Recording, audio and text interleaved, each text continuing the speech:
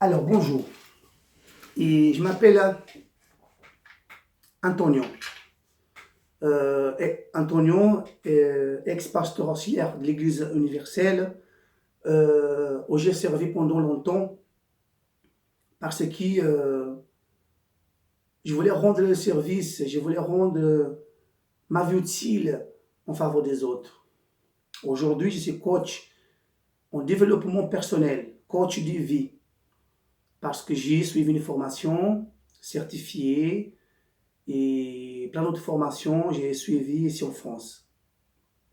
Suite de mon analyse des comportements des gens, euh, des gens qui partent chercher dans une religion, dans une église, la réponse qu'elles ont déjà en eux-mêmes. Elles partent, et ça m'inquiète en fait. Ça m'inquiète que les gens partent dans une religion, chercher la réponse, et en dehors d'eux-mêmes, à l'extérieur d'eux-mêmes, chercher la réponse dans les quatre murs, soit disant que Dieu est présent, que Dieu est là pour guérir. C'est comme que Dieu dépend de ces quatre murs-là pour bénir quelqu'un ou pour changer sa vie. Ça, c'est une dogme religieuse pour vous faire et pour vous attacher en fait, pour devenir esclave. Donc, j'ai fait une formation en développement personnel. Ma vie, elle a changé quand j'ai quitté l'église de Centre d'accueil. C'est quand j'ai quitté, j'ai pour créer mes entreprises, que j'ai créé ma propre maison. Ça, c'est ma maison, presque 400 mètres carrés. Et ici, avec le jardin derrière et devant. À notre occasion, je vais vous montrer les photos, je vais vous filmer. Ça, c'est quand j'ai quitté. Par ailleurs, j'étais sans papier quand j'étais à l'église. J'étais illégal. J'étais illégal et personne ne faisait rien pour légaliser ma situation. Personne. Illégal ici. Illégal. Soi-disant l'amour de Dieu. L'amour. Personne ne faisait rien. Donc, pourquoi j'ai quitté? Parce que toi, tu dois penser comme pasteur, tu dois penser comme l'église. C'est leur pensée qui est correcte. Dieu parle qui avec eux, Dieu ne parle pas avec toi. Dieu parle qui avec eux. C'est leur parole qui est bénie. C'est leur pensée qui est bénie. Si tu ne viens pas, tu n'es pas sauvé. C'est qu'est-ce qu'ils te disent à faire qui compte. Toi, qu'est-ce que tu as envie de faire, tu as envie de penser, etc. Ça, c'est une désobéissance. Ça, c'est pas correct. Ça, c'est pas bien. C'est écrit où ça? C'est écrit où ça? Alors que la foi, elle est personnelle. La foi est quelque chose de personnel. On ne peut pas imposer la foi à quelqu'un. On ne peut pas imposer une manière d'y penser à quelqu'un. Même s'ils font de manière subtile, déguisée. Ah, vous n'êtes pas obligé de faire, vous n'êtes pas obligé de faire, mais en même temps, on enchaîne. On enchaîne. Mais si vous ne le faites pas, Dieu ne va pas vous bénir, etc., etc. Subtil. En gros, tu n'as pas le choix, tu es obligé de faire. Une manipulation.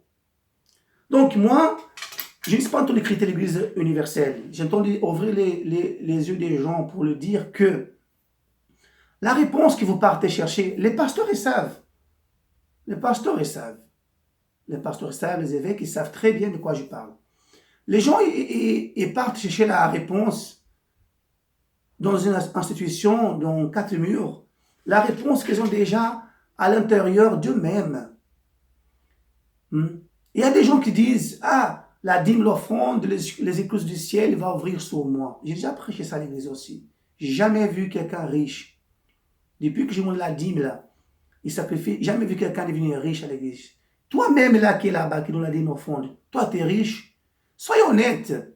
Soyez honnête avec toi-même. Toi tu es millionnaire, toi tu es riche. Non, tu n'es pas riche. À un moment donné, il faut se poser la question. Il faut se faire un bilan de ta foi, un bilan de un bilan de ta chaîne des propos que tu fais par rapport à l'Église.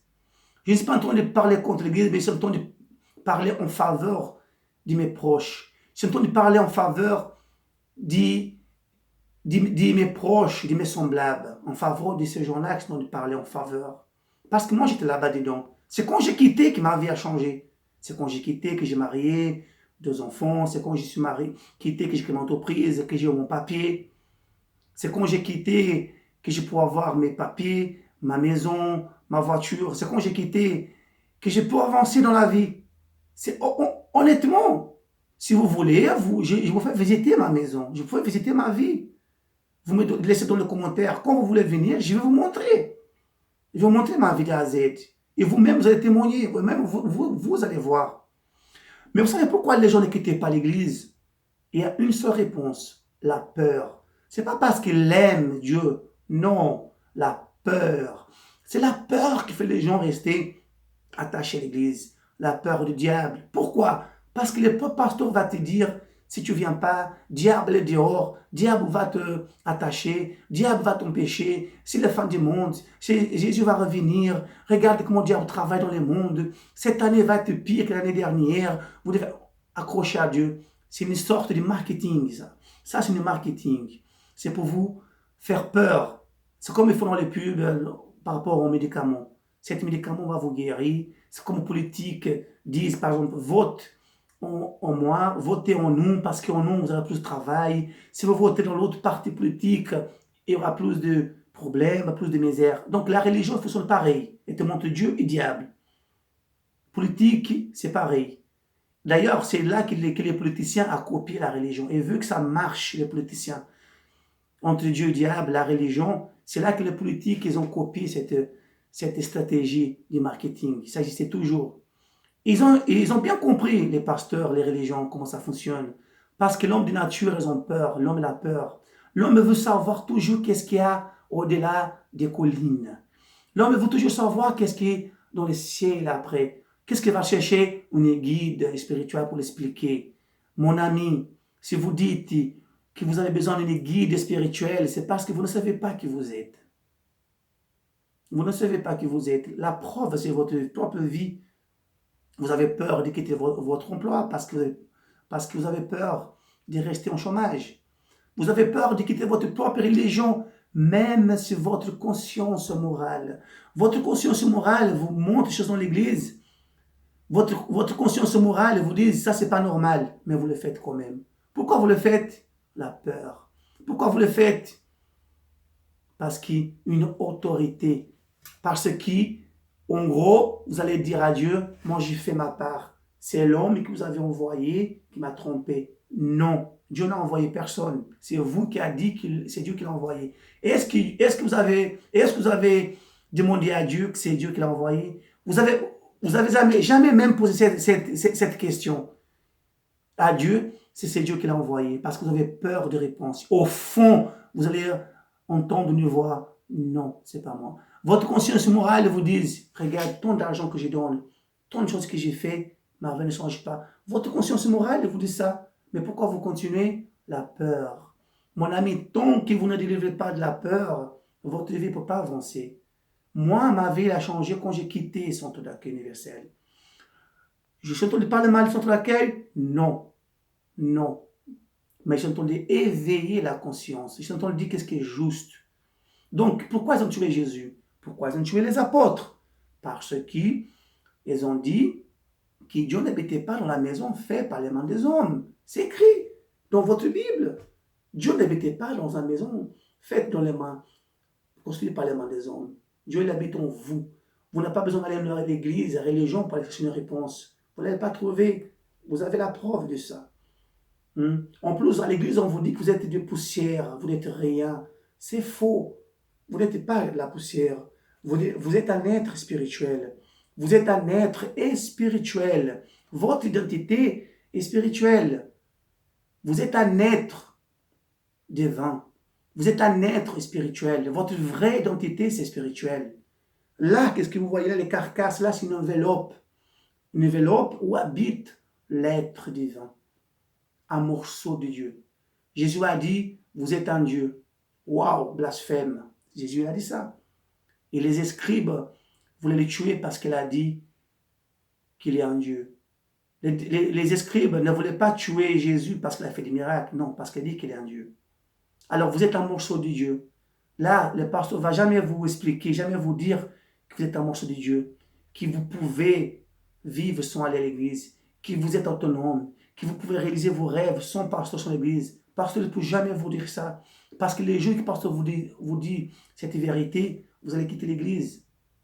Et qui va remplir pour donner l'offrande, la dîme? Personne. Donc on ne peut pas vous dire cette vérité-là, que vous êtes un être spirituel, pas un être physique. Quand Dieu a créé l'homme, il a soufflé dans son nez un souffle de vie. L'homme est devenu un être vivant. Donc vous êtes un être vivant. Vous êtes image de Dieu.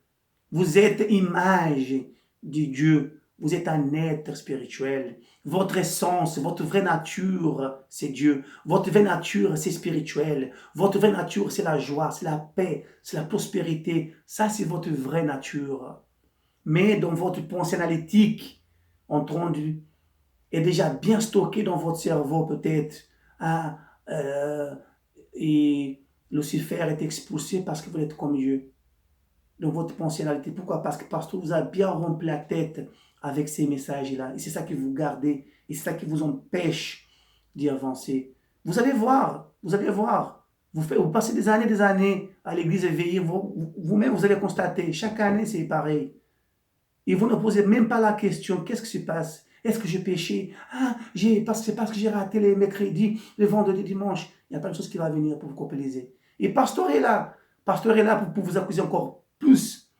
Pour vous trouver toujours un verset pour dire comme quoi vous manquez certains dimanches, c'est pour ça. Comme quoi vous manquez certains mercredis. Comme quoi vous n'avez pas donné votre tout dans les campagnes d'Israël. Alors que vous savez que vous avez donné tout, votre salaire, tout.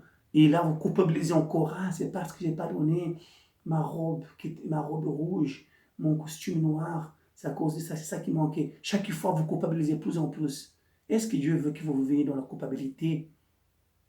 Vous allez me dire non. Alors pourquoi vous vivez dans la culpabilité? Parce que vous êtes esclave de l'homme. Les gens qui vous réussissent de délivrer les religions, mon ami, c'est né de nouveau. C'est ça qu'on appelle la nouvelle naissance. Pardon.